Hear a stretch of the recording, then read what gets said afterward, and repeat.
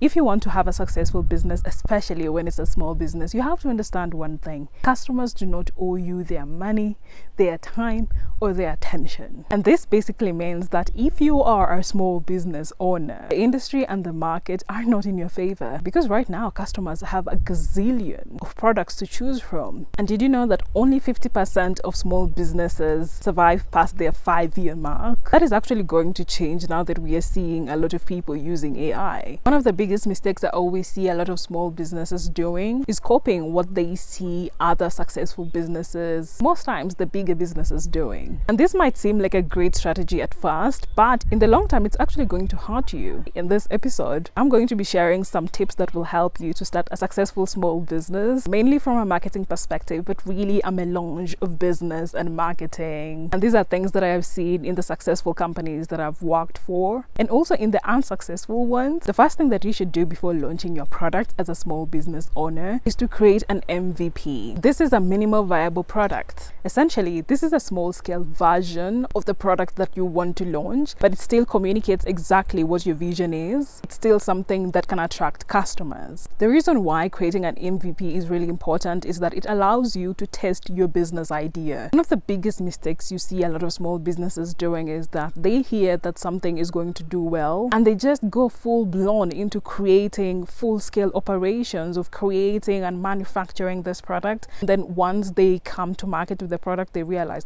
oh, no one really is interested in it. It's really important for you to create an MVP because that is going to help you to realize whether this is something that customers want. This helps you to get feedback from the first customers that you're going to have. If you're taking the example of someone who is creating beard products for men, instead of just coming up with a full-scale range of these beard products, 5 of them, 10 of them, what you should be doing is investing in one product, create one, and then go out looking for customers, see whether they are interested in buying it. If they are not interested, then you know, oh well, that is not a good product. If they're interested and they buy it, then ensure that you are asking them for feedback so that you can know the areas that you need to improve. And once you see that that one product is well received by customers, then you can slowly bring in other products. This is actually going to save you a lot of time, energy, and money. And actually, if your MVP ends up being very successful, it means that you can get funding, outside funding, if that is something that you want, because you've already proved that your product is something that has a customer base and something that is in high demand. The second thing that you should be doing is market research. This is that one aspect of starting a business that is so important that a lot of people really take for granted most times, but it is the thing that could actually make or break the product that you're creating. As much as you might have this great idea for a product, you should be asking yourself, is this something that customers want right now? Because also timing is very important. This is where you actually do a SWOT analysis, look at the strengths, the weaknesses, the opportunities and threats, not just for you, but also for the other companies in the industry, your possible competitors. You need to be looking at the products that they are creating, but also whether they are making profits. Have a look at their website and look at the kind of traffic they're getting on their websites. There's so many companies that are known, and you would assume that just because they're known, they're actually making money, and yet they are making losses year in, year out. And you find that a lot of small businesses want to copy such companies. That's like shooting yourself in the foot, because clearly whatever they are doing is not working. That's why it's important for you to do extensive market research so that you can really know that, one, your product is needed in the market, and two, it's actually going to be competitive. And market research is something that is going to actually help you to define how you're going to position and differentiate yourself. And on top of this, you need to have a very clear value proposition. This is one of those things that can be very tricky. There are actually a lot of big brands nowadays, especially the luxury brands, that have lost their value proposition. The products have lost their quality, prices are outrageous. There's just no tangible reason why anyone should be buying them. But you see, one of the reasons why they're still getting customers, because of the heritage they've had, it's because they fall under the luxury products. But when you're starting out as a small business owner, you actually do not have that kind of advantage. You are starting from scratch. No one knows about you. No one even cares about you. You really have to convince customers why they should look at your product, why they should buy your product when they have a gazillion of options. And this is where your value proposition comes. You're telling people why they should buy your product, why your product specifically. This is where you highlight the differences in your product and how your product adds to the life of the customer. When you look at a lot of skincare brands nowadays, you're seeing some that are telling you that it will make your skin glow, that it will get rid of your acne. And then you're seeing some that are going farther, and on top of saying that it will get rid of your acne, they're saying that it's vegan, cruelty free, not tested on animals. Because now we've gotten to a point where there's a huge segment of consumers that actually care about sustainability, that do care about how animals are treated. That is how you create your differentiation and your value proposition. At the end of the day, it really has to come down to the desires, the needs, and the wants of your consumers. And actually, before you can define your value proposition, an important thing that you should do is define your target audience. This is literally one of the most important things that you need to do. Who are you going to be selling to? Don't be the kind of person who's like, I'm going to be selling to everyone, because you see a lot of these big brands saying that I'm producing this product that is good for everyone. If you don't have a track record, it's very hard for consumers to trust you with their money. If we go back to the example of selling a beard product, the first thing you might be thinking is, oh, I'm going to be selling this to men. But you see, not all men have beards. So you really have to narrow down your audience to the men that have beards. And also, in this category of men that have beards,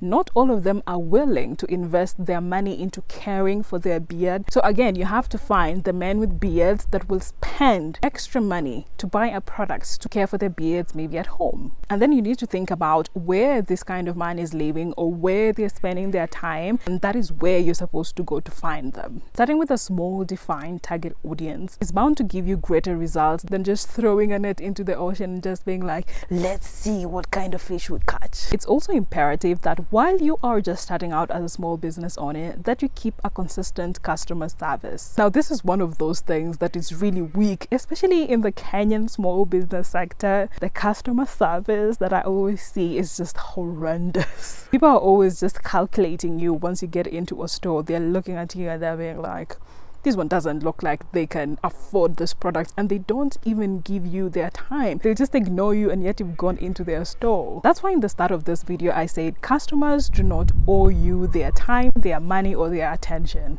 And this is why you need to appreciate each and every person that is actually showing interest in your products. Even when they don't buy there and then, it doesn't mean that they will not come back again. Depending on how you treat them, that is going to determine whether they will consider you or whether they will even refer you to somebody else. And when it comes to social media, you know, something that I always see with a lot of small businesses is that they don't want to put the prices on the caption of their videos or their posts. They want people to DM them. You are dealing with people that have a gazillion options, and you are telling them to follow you into the DMs to know about the price of whatever you're selling. One of the jobs that I've always considered incredibly hard is the hospitality sector, because my goodness, dealing with human beings on a day-to-day basis, human beings that have different temperaments, and yet you have to keep up a consistent customer service. It's one of the hardest things. If you want to stay long in business and keep your customers loyal to you, you have to invest in consistent customer service. The competition is tough out here. Another thing that you should be doing as a small business owner is looking for customers. I've always been shocked when I hear people saying, oh, I don't look for customers because God is going to bring me customers. This is actually one of the reasons why when a lot of people get into self-employment or start side hustles, they find it so hard because they thought that businesses just exist and the customers come. When in reality, even when you look at all these big businesses, they have an entire department that is committed to bringing in customers. It is the marketing department, the sales department. There is nothing like just sitting and waiting for customers. Just because you have a good product doesn't mean that customers are going to come flocking to you. This is why you always find that there's some people that created the most amazing products, but no one knows about them and no one is buying. And people don't know about you, no one is going to buy from you. Either go door to door if you have to, or you advertise yourself saying why your product is the best. This is why marketing is one of the most integral aspects of any business. You should be taking advantage of social media, because whether you like it or not, that is where a lot of people are nowadays. Almost every social media platform has a different demographic. Your job as a small business owner is to identify where your target audience is spending their time, and that's where you go. Unfortunately, when it comes to using social media, a lot of small business owners do not really think about it strategically, because you just don't go to whatever platform just because it's the most popular. No, you look for the platform where you will find your target audience. You also need to think about the content format that you're creating and whether it's going to be resonating